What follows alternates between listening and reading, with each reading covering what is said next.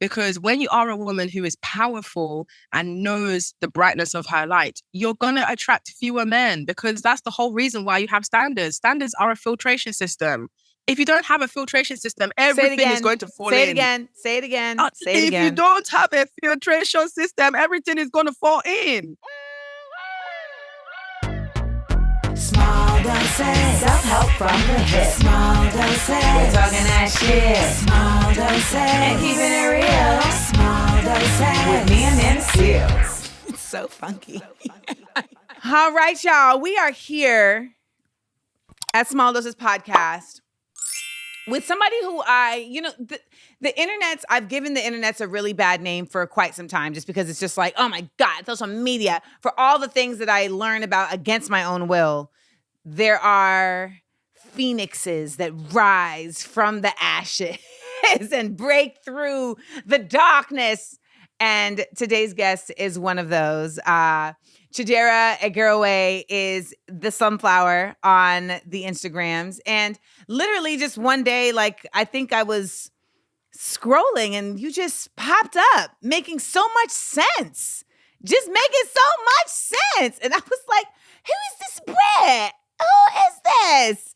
And I went down a wormhole, and I was just really, really taken by your commitment to consistency in how you address patriarchy and the ways in which it is permeating through our society on a regular basis, and just the realistic ways that we deal with it. Because that's the thing. I think for a lot of folks, it's kind of this like just word that exists in the ethos.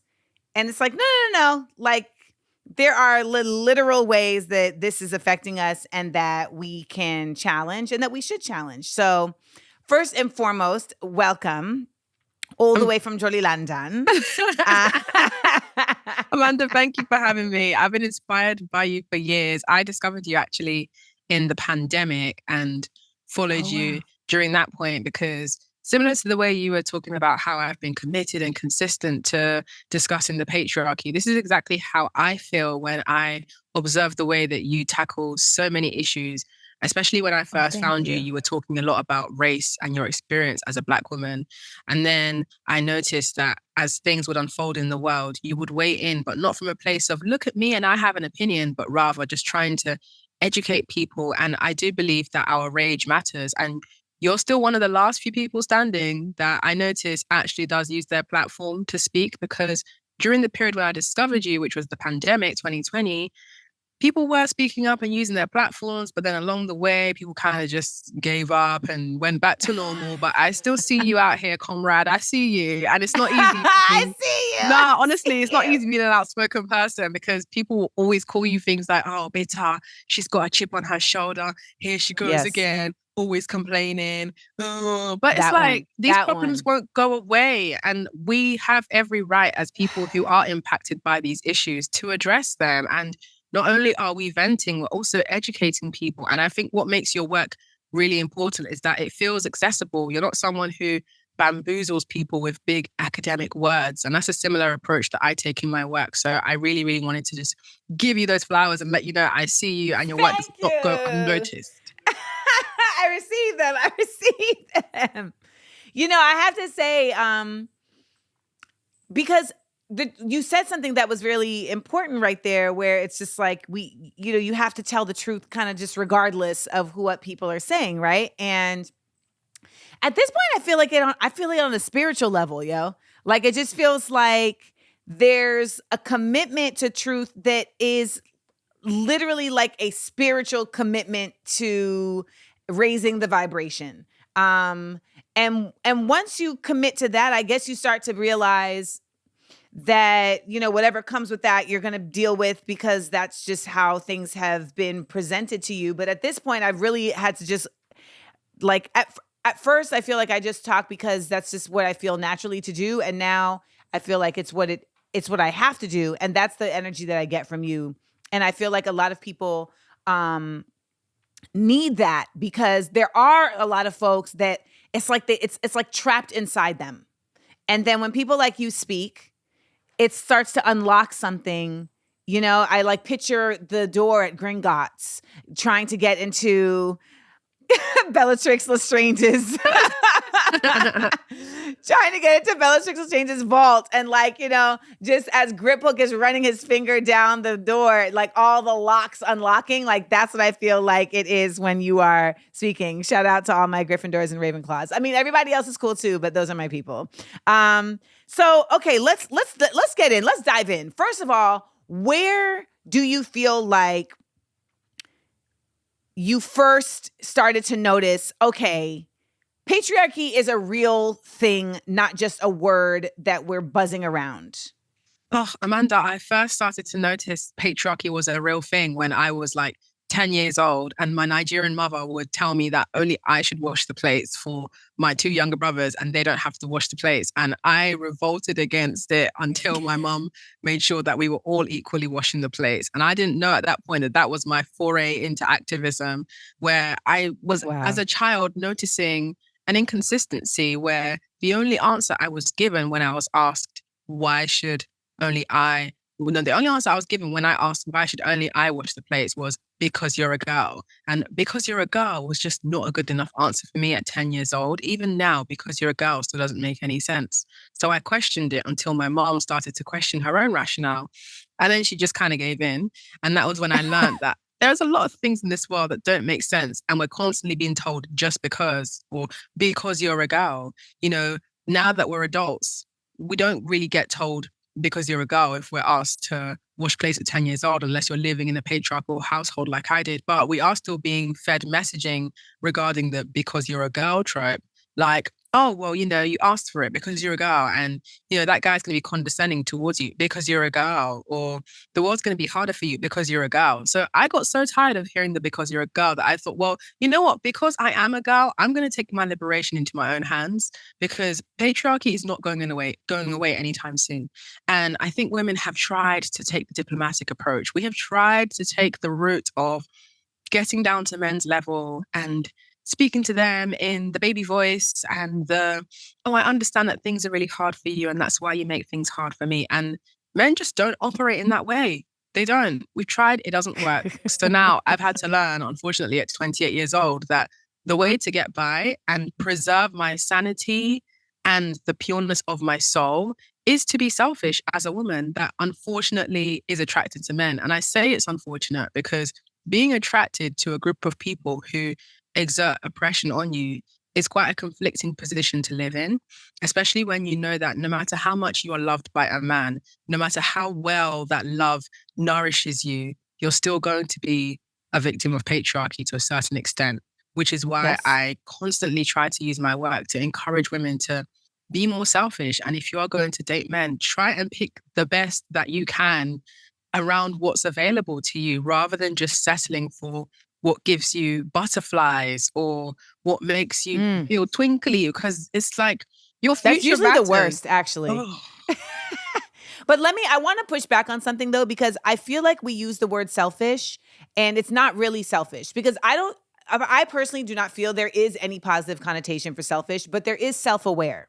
And I do believe that it's not you being selfish, it's you being self-aware of what you deserve, of your worth, of your needs, of your wants, and that all of those things are valuable, right? And the fact that we as women have not been afforded the opportunity to be self-aware without being called selfish.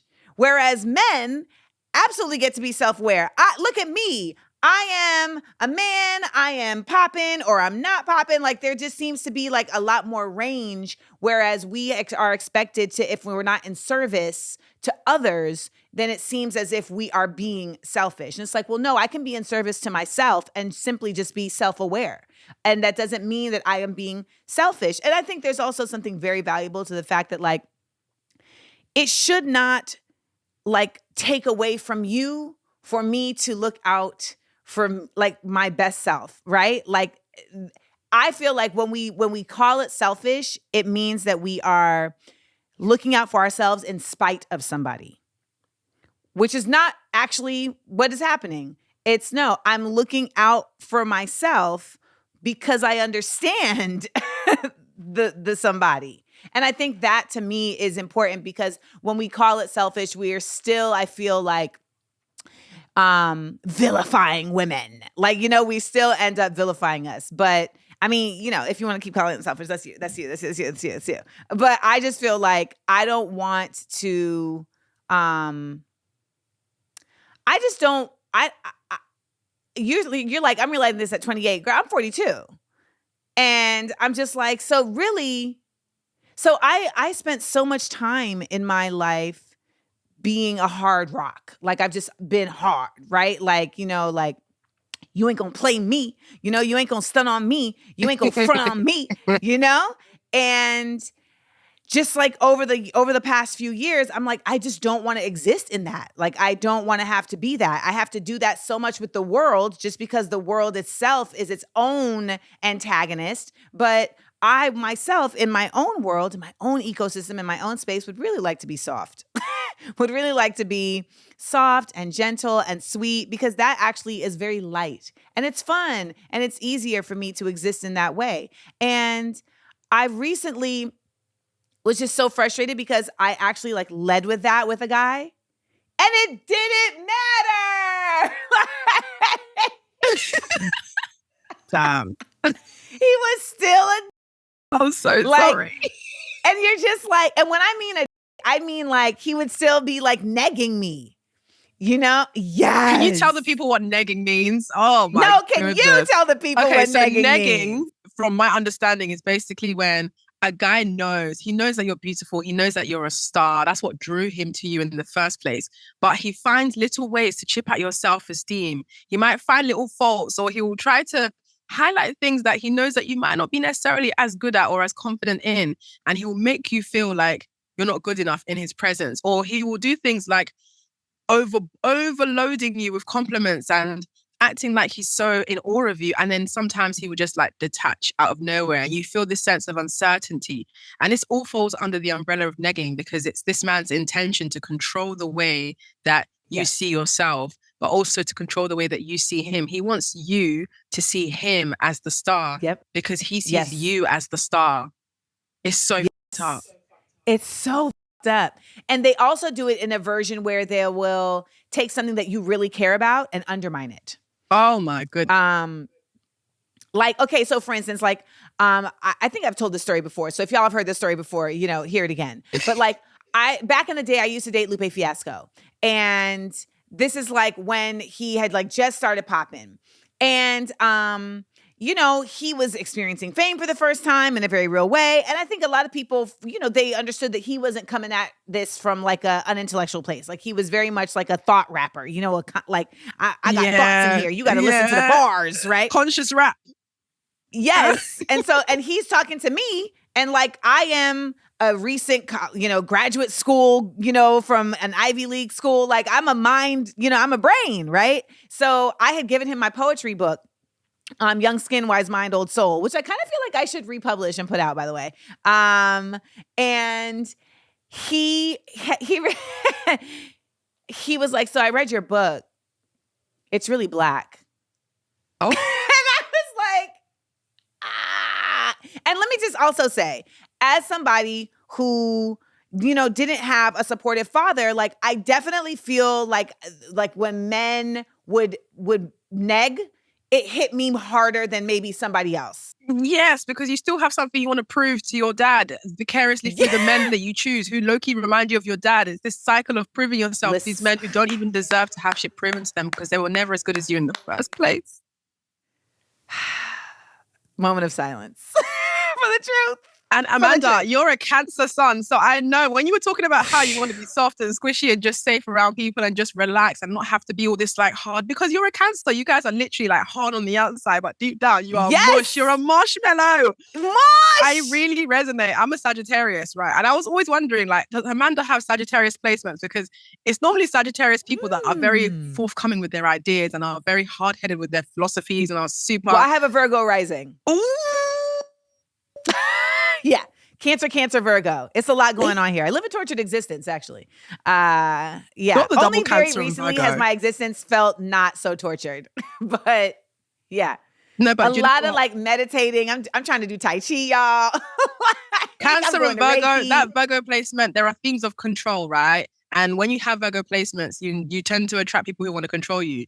Or if you have Is a that Cancer, true? well, that's the thing, because Virgo as a sign, right? When you understand Yeah. how the different signs work in astrology, Virgo, first of all, is always in service to other people. Virgos, they want to fix people. They get this thing out of finding my broken God. people and rescuing them. So that's why women with Virgo placements and Cancer placements, I'm always like, you guys out of everyone deserve to be loved the hardest, because you guys are the ones who pour into everyone else and you rarely get it back, because it's in your nature to want to nurture.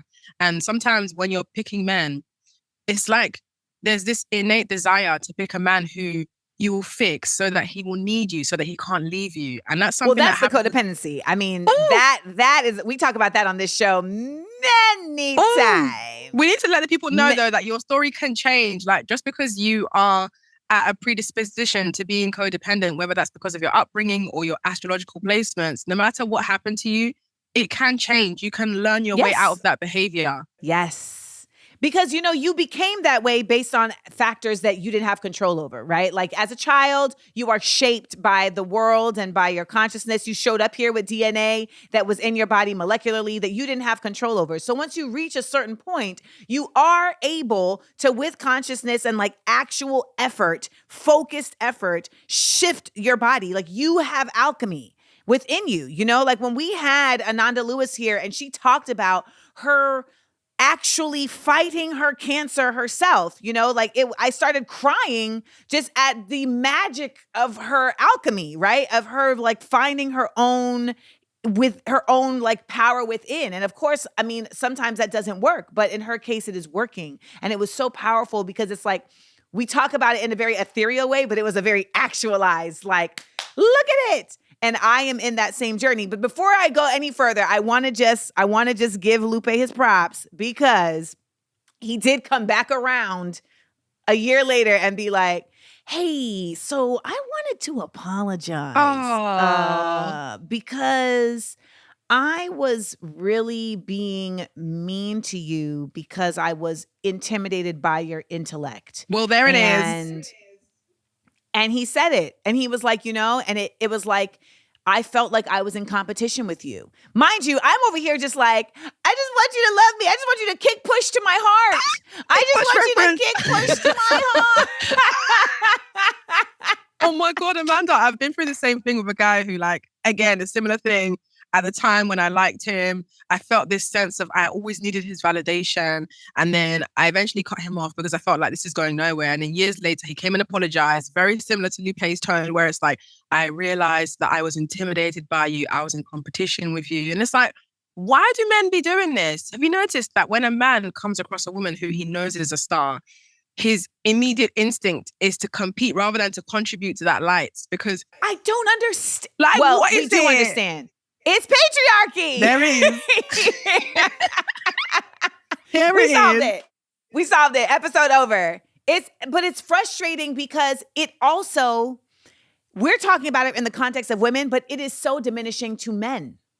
Men are losing out, right? That's the other part. Like, if we want to lean into, okay, like, men, you are losing out. You are 1000%, when you do this, you are cutting your nose off to spite your face, because the magic that's there, right? The glory that's there, like the connectivity that's there, is for all of us to share. And you're basically trying to diminish it and dilute it and dissolve it because it seems like something you cannot connect to. And I think that that's what patriarchy has done, because you do have feminine in you.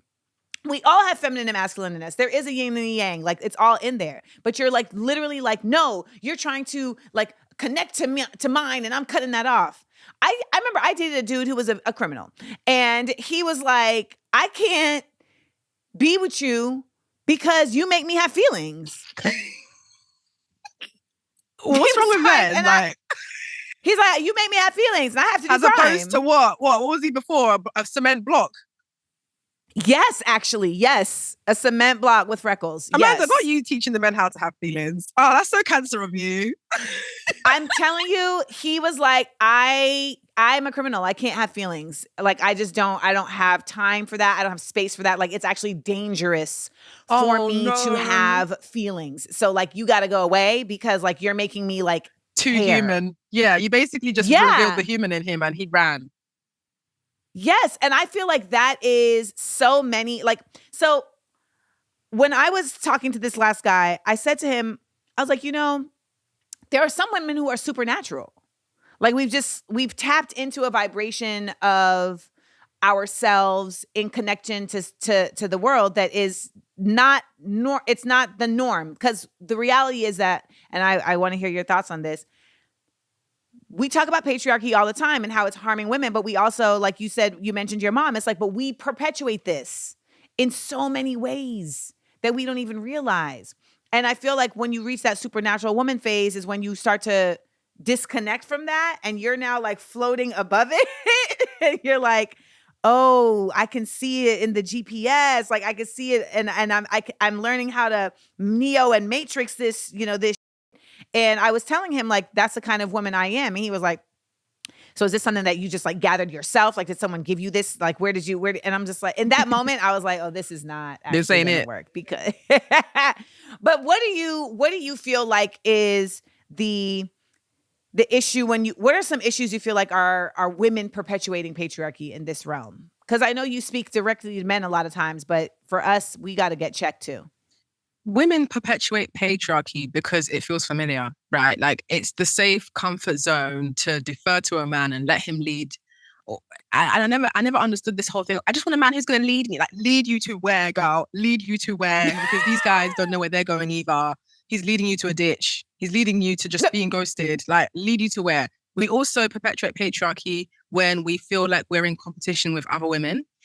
And the people that we're competing with over are men who cannot even do anything for us in the first place. So another way that we perpetuate patriarchy is we put so much investment in the idea of being chosen by a man that we forget to even like choose ourselves and choose our lives. We're always squeezing men into the picture. Most women leave the house every day wondering, will today be the day I meet the one I'm going to marry? I dream, longing for my white dress wedding. Meanwhile, most men leave the house wondering, am I going to get some today? Yeah or no? Like, men don't really be fantasizing about marriage like we do. So our priorities are in the wrong place because of patriarchy. And even what you were saying about being a supernatural woman, it takes sacrifice to be a supernatural woman because it's the equivalent to leaving the party early. The sacrifice that you're making is, you're not going to be motivated to act on every single horny feeling you have because maybe the guy you're horny for cannot do anything for you and you have to make a grown decision for your higher self who isn't always in the room, but you have to act on her behalf and you have to really ask yourself, is this serving the higher version of me? Is this 10-minute session of going to serve my higher self? It's really not. It's going to draw me backwards to a lower vibrational part of myself. And we all know that when you have sex with a guy, whether it's funsies, sort of friends with benefits, whether it's a relationship, whether it's a one-night stand, there is something that happens that you do feel this sense of connection with this person, and that can impact the way that you view that person and the situation. So you need to be really careful with who you're willingly going to have sex with. Like, you have to really assess, like, does this guy meet my needs? Does this guy honor my boundaries? Is this guy likely to take me in the direction that I am already heading in, which is my higher self? Men can't take you to where you're going, but they can contribute to that journey. They can make it easier. They can make it faster, depending on what you choose. And to me, it's the same.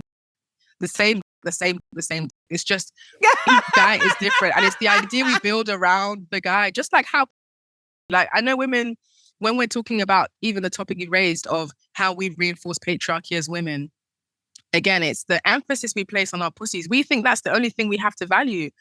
We think that's the only thing about us that's valuable, right? So that's why when I raise the conversation, and many other women raise the conversation of choosing men who can actually substantially, tangibly benefit your life, especially financially, the rebuttal I get from most women is, but what are you going to give in return? I don't want to have sex. Well, who said you have to do anything? You think you have to give that man sex because you think that's the most valuable thing about yourself. Actually, for me, sex isn't the most valuable thing that I can bring to a man's life. My company, my influence, my jokes. I have the Are ability. y'all listening?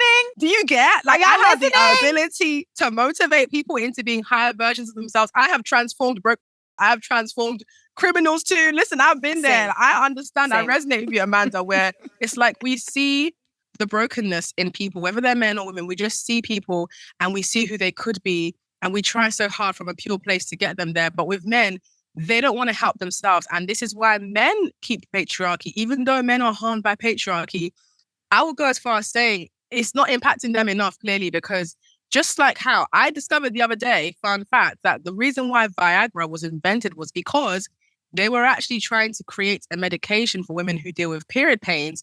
And somewhere in the chemical composition, they discovered that this particular chemical can create boners that last longer. And then they just kind of stopped the research there. And that's how we got Viagra. So men created a solution for erectile dysfunction because it was stopping them from having the sex they want to have. But you're not going to see men create a solution for patriarchy because it's clearly not stopping them from being able to function as people who have dominion over women. Men value patriarchy because it allows them to have dominion over women. And without men being able to have dominion over women, they have no identity. They exist in relation to us, which is why when people like us make work about women standing up and having more self-worth and taking up more space in the world, men hate to see it. Men hate to hear it because it essentially implies that we're going to live in a world where women don't need men. And what are men going to do when we don't need them?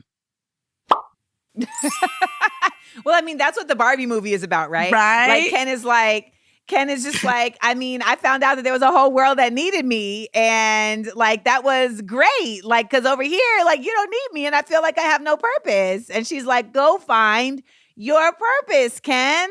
Like, if you got to do choreo to get it, get there. And women need to take that message too for ourselves, because a lot of us still think that our purpose is fixing men and building men up. It's like, I see all these now, build your king, struggle with your king, these guys will leave you. And it happens time and time again. Everyone thinks that they're the exception, and that's the mistake we're making. We all think that we're the exceptional, but yet we don't carry ourselves exceptionally. So what I mean by that is we all think that we are going to be the unique fluke of an instance where we come across a guy who has this potential. He's a struggling rapper, and we build him and we help him. Not the struggling rapper. Oh my God. Not the struggling rapper trope. Oh my God. Oh. Jesus. We find the struggling rapper, we build him, we nurture him, we feed him, we let him sleep on our couch, we let him finish the food in our fridge. Things are getting better for him. We're there in the background cheering for him. Yeah, that's me. That's our me, boo. And then he finally gets on, and he leaves you for the girl he couldn't get when he was with you because he couldn't afford her. But now that he's used your money and your food in your fridge to get to the place where he can get to, now he's left you because you remind him of this struggle. And now he's with the girl who he couldn't get. And you're just there like, oh my God, feeling resentful. Okay, wait, I'm going to put a pin right there. You remind him of his struggle. That right there is something that I don't think a lot of people really grasp, a lot of women really grasp. I also just want to make a point to say, I know there's people in the car or people listening who are like, not all men, not all men. That is assumed. Stop requiring this like device of some and, you know, a lot and et cetera. It is obvious that it is not all. However, the reality is that the system that is in place allows for it to be all if it wanted to be. And we are speaking about the system that is in place. So please use your critical thinking, like use your context clues, and understand that we are not speaking about Tom, Dick, and Harry, Ronnie, Bobby, Ricky, and Mike, okay? But if all of them wanted to be on this, they could be because the system is in place to support it. And no one's going to stop them. When you talk about like the whole thing about reminding of struggle, you know, the idea of patriarchy and the dominion over women thing is so trippy because it is not like, it's very literal. And I think that's the part that once you see it, you cannot unsee it. Like there is no spoon. Like once you're able to see it, you're able to see in how many different facets of life men feel like they need to dominion. Like literally even in something as basic as like, I was like texting with this guy, and then I called him, and I have a habit of like, if we're in the middle of a text conversation and then I call you, like I won't necessarily say hello because we've like been texting. And so now I'm calling. It's like a carry on of the convo. So when I answered the phone, I was like, guess what I'm doing tomorrow? And he was like, oh, you're not even going to say hello? That to me is an exercise of dominion. Boom. But that's an exercise of trying to dominate though. It's like, you got on here with all this energy. Get in your place. Reminds me of the negging. Like that, it's the negging, right? So I had dated a struggling rapper. We've all dated a struggling rapper. Your community service. Listen, when I tell you, like, I'm surprised that Edward Bloom hasn't come to try and shut down my fund because I have funded Black men my whole life. Like, I have an unofficial 501c3 that is the supporting of providing Amanda Seales grants to Black men. Like, this is real. This is real. Like, I have lifted You deserve up a key so to the city many. for your services. Yes, I should have like Put an in your actual application. It's time. I should be getting prizes. I should be getting awards. Like, I should be getting tax write-offs. All the above. Okay. So, with this brother though, he got himself together. Okay. So he got himself together. Now, mind you, this is after I've paid probation fees, right? This is after like, I done bailed you out. He got himself together. And when he got himself together, we ended up having another conversation. And he was like, cause he'll periodically hit me and be like, I miss you, Mandy Face. Like, I miss you, Mandy Pie. Like, I love you. And it's like, no, you don't. But, well, actually, you probably do because I was the best thing that ever happened. Period. So let's just be also real. Period. So, but he said something where he was like, I was like, this person that you are now, like, I don't know this person. And he's like, I don't know why you won't just accept that you met me when I was down. And I was down and I was down and now I'm up. And this is where I'm at now. And so you need to understand who this is because you didn't meet, basically kind of like you didn't meet the real me. Okay. Because the real me when I got money is a Oh. And I'm just like, but when you said that, it made me think of that because I think what it really is like, I couldn't keep you around because you saw me when I was in the hoodie and jeans I didn't wash for 3 days. And I don't want to remember that. And looking at you reminds me of that. And I think a lot of women take that personally, but it's also about the way that patriarchy tricks men into thinking that your only real value is success on a capitalist level. Like, that's it. That's really your only real value. If you cannot be successful based in the realm of capitalism, or you're not like extra strong, like physically strong, then you really don't have value, which is difficult, which doesn't actually track in a world that is shifting because women are forcing it to shift, right? In a world that is shifting to acknowledge that there are women who really, we have what we have what we need. Like, yeah. We may have been tricked into thinking we didn't, but we have what we need. And this man is not going to be the thing that defines us. Like, it doesn't have to be. And when you start to understand that, you take away the ability for a man to dominate. And it's so wild to see how just blatantly clear it is that if a man cannot trick himself into thinking he has a right to dominate you, that he doesn't know, he's left with no recourse. He has no, like, his confidence goes, he feels like he can't even help you, support you, serve, like, what? And then he becomes shady and resentful towards you. Well, ma'am, that's why I'm single. Same. And you know what? It's like, I was speaking about this recently on my podcast, The Slumflower Hour, where I was saying that sometimes you think that, oh, men aren't approaching me, maybe I'm just not pretty enough or I don't come across interesting enough. No, because they don't think you're a viable enough victim. Like, they've assessed you. Men make assessments of us. They will scan you and they'll be able to tell if you're somebody who is likely to tolerate them. And this decision happens very quickly. They know what to look out for without you saying a word. Some of these guys, they will look at you and they'll think, oh, she looks like she dates men who have a lot of money. I'm going to just kindly just let her do what she's doing. Or, oh, this one looks like a pick-me. This one looks like she builds men. Let me go here and just be poetic. It's always these guys that be carrying their guitar around being poetic and they got these dreams and they're so, he's deep. What are you lot discussing? Please. I want to know what everyone's discussing with these guys that's so deep that it makes it worth binding yourself to this man. Because when you are a woman who is powerful and knows the brightness of her light, you're going to attract fewer men, because that's the whole reason why you have standards. Standards are a filtration system. If you don't have a filtration system, everything is going to fall in. Say it again. Say it again. Say it again. If you don't have a filtration system, everything is going to fall in. It's the equivalent to like winding down the window in a moving car, and you stick your head out of the car and you just open your mouth and anything falls into your mouth. Like, the whole point of having boundaries and standards as a woman is to have people you will be receptive to and people who cannot come. And if you're living in a certain neighborhood, you work in a certain career, you are a certain race, you may have fewer men approaching you. Now, when you're in that place where fewer men are approaching you, what story do you tell yourself about yourself? What narrative do you choose to believe? Because you can go one of two ways. You can choose to believe that the reason why no one's approaching me is maybe because I'm not pretty enough, or, you know, I've tried everything to level up. I haven't worked hard enough to level up. I guess I'm going to have to just accept whatever comes my way. That's where you slip. That's where you but let me add on to that, because there's also, that's coming from the bottom up, but there's also the top down. Sometimes we tell ourselves, maybe no men are approaching me because I'm too successful. Oh, you got to make yourself more accessible. Family members telling you you're too picky. Yes, maybe men aren't approaching me because I'm too smart. Maybe men aren't approaching me because I'm too difficult. But then what does that tell you about men? If people are saying men are not approaching you, because I get this all the time. If people are saying to you men are not approaching you because you're too smart, what does that tell you about men? It means you have to dumb yourself down to be with a man.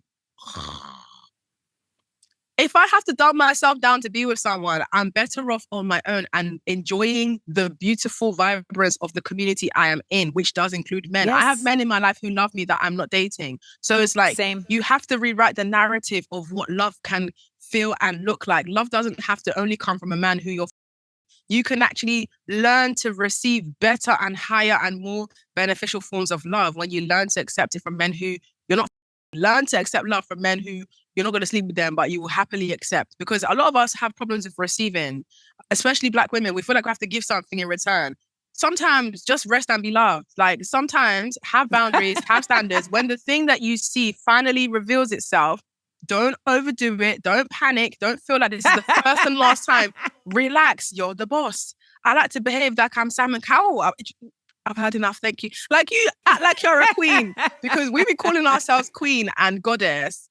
Well, we're just appropriating these words. Like, words mean things, guys. Like, if you're going to call yourself a goddess or a queen, how does a queen behave? Does a queen triple text men? No, she doesn't.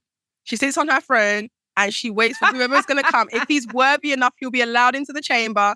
If you're a goddess, where are the offerings being laid at your feet? Where are they? That man must be laying offerings at your feet. The offerings might be shopping. The offerings might be him running errands for you. The offerings might be him putting you on in your career if he's someone who has that power. There are multiple ways to make this work for you. And I feel like as women, we're so narrow-minded and focusing only on love. Do you know the amount of times, Amanda, I get comments in response to the things I say? What about love? Everything I talk about comes back to love. If a man loves you, he will pour everything he has into you. I'm so sorry. I refuse to accept that love is only pure when it's a broke man. And then when it's a rich man, it's just fake. Like, where is the nuance, guys? There is a gray area. There's also something to be said, though, for when you were saying about, you know, what is the narrative that you're telling yourself? Because along with the narrative that we tell ourselves in terms of like, oh, what do I deserve? I mean, why can't I get this kind of man? Why can't I get this kind of man? Like, that is also within the framework of a patriarchy that tells you that only certain women, you know, will get certain men, right? I had a homegirl literally tell me, Amanda, your problem is you're too much like a man. You're too masculine. That's why you can't get a man. You know, because she watched me play darts with a dude that I was on a date with and I was winning. Well, so you should have been like, oh, I'm so dainty. I can't even throw a dart in the air. According to her. Now, mind you, she done had a man this whole time. You know what I'm saying? So there's a part of me that's like, well, I mean, she done had a man this whole time. But the man that she's with is a particular kind of man who is very, I don't want to say docile, but it's like you found a dude who doesn't have who isn't intimidated by your femininity or your masculinity. Mm-hmm. And now you're trying to look at me and act as if I'm doing something different. No, you actually get to be your whole self because you have a certain kind of man. Mm-hmm. I deserve that too. You do. Don't try and tell me you do, that Amanda. I'm supposed to do something else. I deserve that too. And I think there's something that we have to tell ourselves in this narrative as well, which is, what do I deserve? I know a lot of us, because of being raised within this patriarchal, tell ourselves, I don't need that much. If I don't need too much, then I won't be too much. And it will technically be easier to find the love.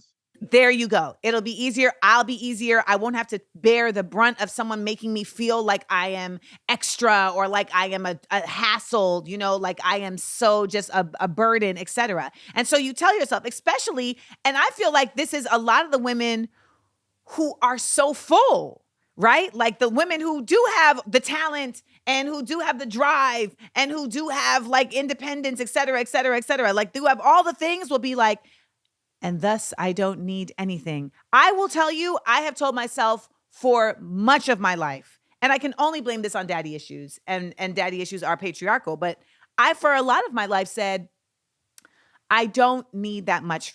Like, I just need to have a companion. Like I just need to laugh. Like, I don't. Girl, need you're funny. you've been making yourself laugh every day. But I would lie to myself and tell myself this. And so, my previous relationship ended up it fell out because I began to awaken. And I began to awaken to what I'm bringing and what I'm giving and the ways in which there's inequity in there. And that I'm deserving of the equity, right? Like, and we will tell ourselves all day long that even deserving is immodest. That deserving or telling yourself you're deserving is somehow arrogant. You being haughty, right? Like, how dare you? And that is the work of this patriarchal mindset that women should be told what we deserve. We don't get to deserve and we don't get to self-actualize that. And that's not true. So forever who's listening, like, ask yourself, what do you actually want? Like, not what do you want within the framework of what's out here? What do you actually want? Like, for me, I want a man who is interested in me. Know your research. Do not come here with, I want to learn about you from you. Yes, obviously, you are going to learn about the personal side of me from me. Know my catalog. Like, know it. I'm so over this where they show up like, I got to tell you about my special. Part of it is them doing that thing when we're talking about negging at the beginning of this conversation. That reminds me of the negging thing where, like, they know you're a star, but they want to kind of act like they're on the same level as you by not even looking into you. Like, you've been a star since you was a literal child. A child! The North remembers. Some of us know. Don't mind these men. I'm not even anywhere near what you've achieved in your life, Amanda. And with the small work I've done that has created a level of buzz and stardom around me in the UK. Yes. There are men I come across and I know that they know who I am, but they try to act like they're surprised when I tell them. It's like, once I see that, I'm turned off. We're in this event and the Congressional Black Caucus is basically like the fancy blacks coming to DC once a year. Yeah. Okay. So this man is talking to me. He has on a turtleneck, so that should have been the end. But this man is talking to me. And like, I mean, he's polite, like he's nice. So like, I'm carrying the conversation, right? Like, it's not like he's being rude or anything. Like, I'm just carrying the conversation. While we're speaking, 3 different times, someone approaches and says, oh my gosh, so happy to meet you. Such a fan. Like, can I get a picture? And everyone knows, like, I don't take pictures if I'm like at Whole Foods, but like if we're at an event and I'm out, like I understand, like this is what we're doing. So I'm taking the picture and coming back to the conversation. Do you know that at no point did this man ask me, so what do you do? That means, like, why are people taking pictures with you? He either already knew what you do and he was trying to act like he's not bamboozled and starstruck, or he's ignorant, both of which eliminated. We don't want that around here. And then wanted to ask for my number. And I'm like, you just saw 3 strangers come up to Join me the queue. And speak to me. Join but now the I'm just queue. supposed to give you my number? Let me tell you, Chidera, I'm done. Being done. And it's taken a long time to get to the space of being done with that and seeing that as actual elevation, not frustration. Amen. Right? Because they'll tell you that's bitterness, and it's not. It's wellness. And that's why a lot of women are scared to get to where we are, because they think there's nothing here for us. Like, oh no, what if you get too close to the sun and you realize that men really ain't well, what are you going to replace men with then if you're longing your whole life for men? You can replace men with hobbies. You can replace men with community around you. You can replace men with starting something for yourself that you put all your attention into. You don't have to constantly have a man in your life for your value to be verified, because sometimes we feel like as women who are high achievers, the last notch left is to have a man that's going to seal the deal. But it's like, well, that's not even just a feeling. You are told that on a regular basis. I am told constantly, that's why you don't have a man. That's why your man left you. I hear it all the time even too. when I had a man, they'd be like, that's why you don't have a man. But there's something you're saying that is very poignant, because when you say language like men aren't everything, you can replace men. What men hear is them as an individual. They hear she's replacing me. Or she hates men.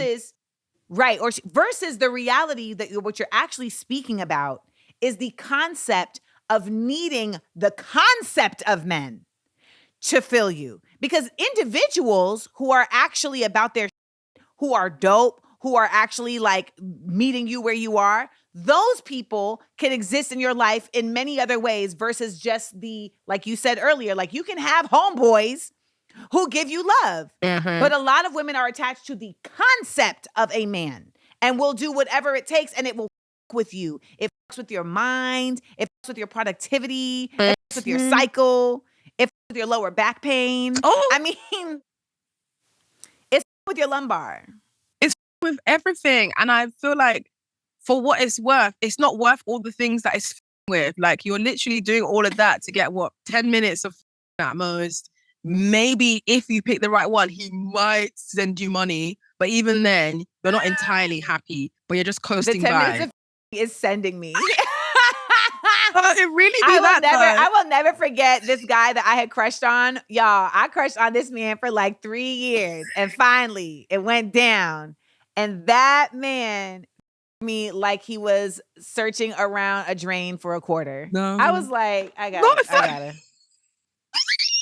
You know when it feels like a cervical exam and you're like looking at the ceiling like, I'm like, Did you get a culture?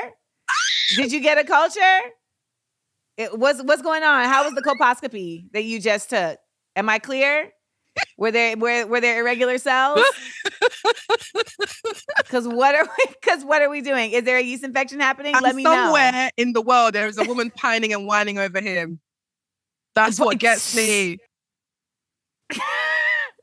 Someone is looking at your Instagram. But you know what? I have to say this. Like, I say this because I know there's a lot of women who are listening. They're probably like, oh, they just hate men. You know, they just want a man, but they just did. And I'm telling you, that's not what's going on. That's not what's going on. And I really feel like I'm on a mission to, before I leave this earth, to raise the vibration of humanity. Amen. That is the mission I'm on. If I do it even a millimeter, like I hope that I can be a part of that. And I know that you cannot subjugate half of an entire world and expect to get the best of the world. Like, you cannot.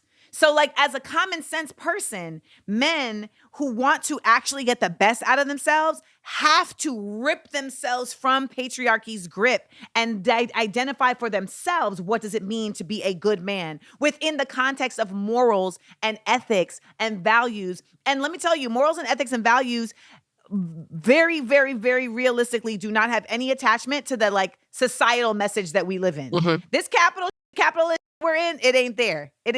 It's in writings and readings of people who have disconnected from that. That's really where it's at, right? It's in connecting to, your ancestors. It's in connecting to people who have made an effort to say, let me look at this life, from a different point of view. Let me try and understand different concepts of what is God. Like, let me try and expand my thinking. Girl, they don't care. They won't look at breast. No, let me tell you, I have to say this for the hope. No, I have to say this for the hope. Because Shadara, I've been on this earth 12 years longer than you. And I will tell you, no, 14 years. I will tell you this. Please tell me. I have witnessed men wake up. I have witnessed men have awakenings. I have witnessed men say, I didn't know. I didn't know. And now I know, and I gotta like get it together. And the best part is when it happens before they have a daughter, because that is so It's so irritating when it's overplayed. like, well, I had a daughter and I realized women are people.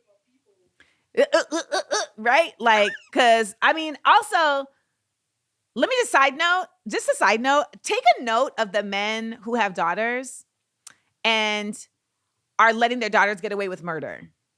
Because I feel like those men are men who treat women like trash, and their guilt has their daughters being able to do whatever the they want. Because I feel like I've witnessed that, and I'm like, discipline this child? You hear how she's talking to you? Discipline this child. Too late.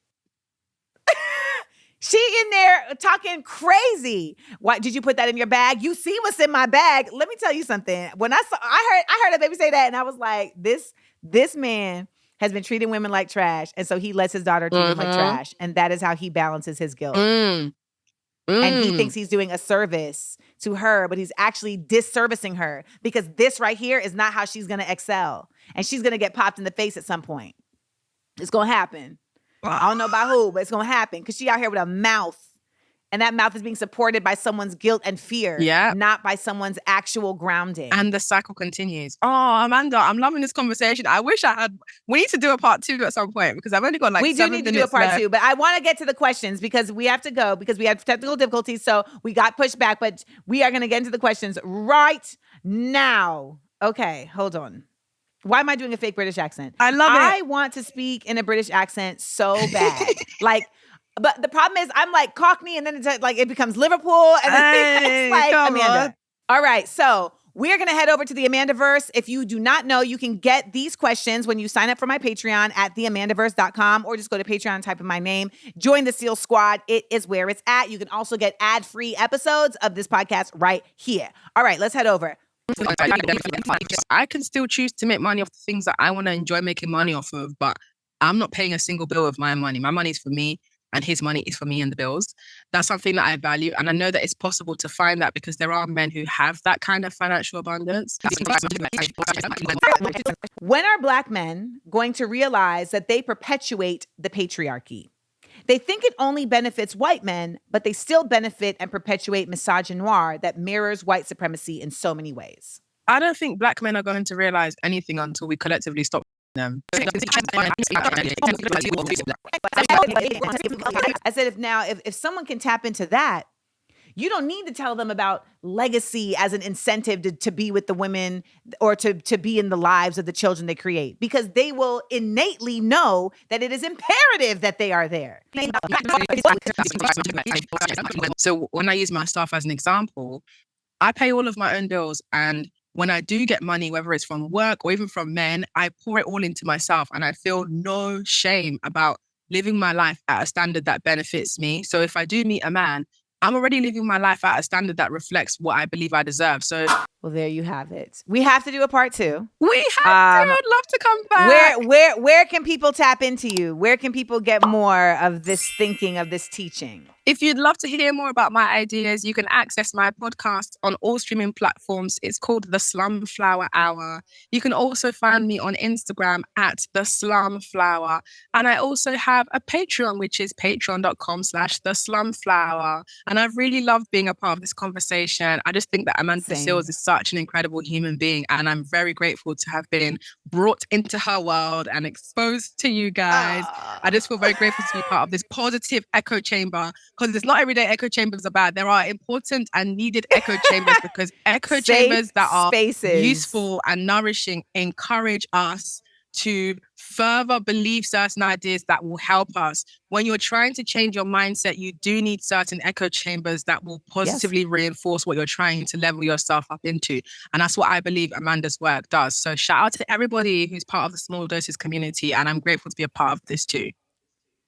Thank you. I'm so glad we can affirm your ideas as well. Y'all know what it is. Now, everything you heard today, I want you to sit and get very quiet about it and then apply it.